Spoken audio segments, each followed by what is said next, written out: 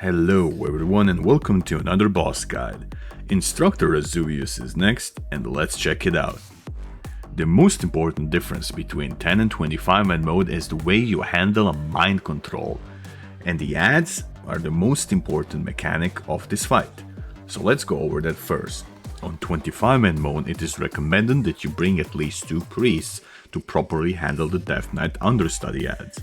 It doesn't matter which spec the priests are, but it is helpful if they can equip some hit gear to make the mind control process smoother by reducing the chances of the spell missing.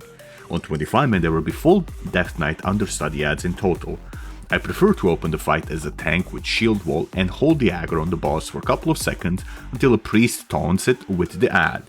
Mind control ads will have 4 abilities in total: auto attack, blood strike, taunt, and bone barrier.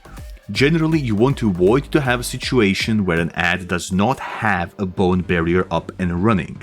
Duration of it is 20 seconds and cooldown is 30, which means that the boss needs to be bounced between the 2 ads.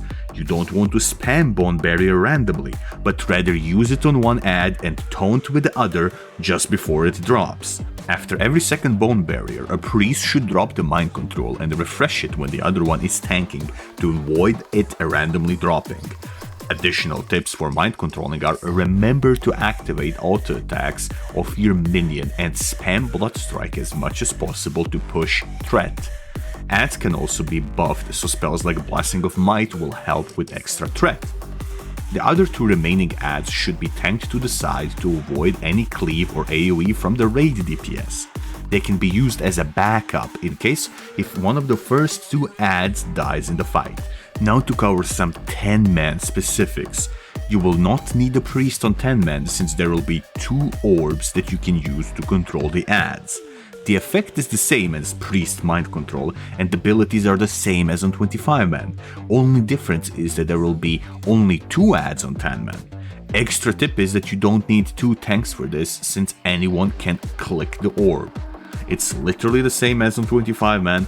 Make sure that you're rotating the ads, keep the bone barriers up, and you're good to go. There are 3 more boss abilities: Unbalancing Strike, Disrupting Shout, and Jagged Knife. Unbalancing Strike is a tank buster and a noob check if your raid is failing with the bone barriers. If you're rotating the ads correctly, this will be a cakewalk. The shout is a massive bait since it doesn't actually disrupt or silence. In Act 40 in Vanilla, the go-to strat was to line of sight it, but it is absolutely not needed in Wrath of the Lich King since it only does damage. You can fully cast and pump as much DPS and heals as you want. Lastly, the boss will target a random raid member with Jagged Knife. It's physical damage over time effect that needs to be healed, so healers, pay attention to your raid frames so that you don't randomly lose a raid member to this ability. I wish you luck with this fight and I hope this guide was helpful. Drop a like if you liked it and smash that sub button for more classic Wrath content. You can also find me live on Twitch, raid leading and losing my sanity. Link will be in the description of the video. And on that note, roll the outro.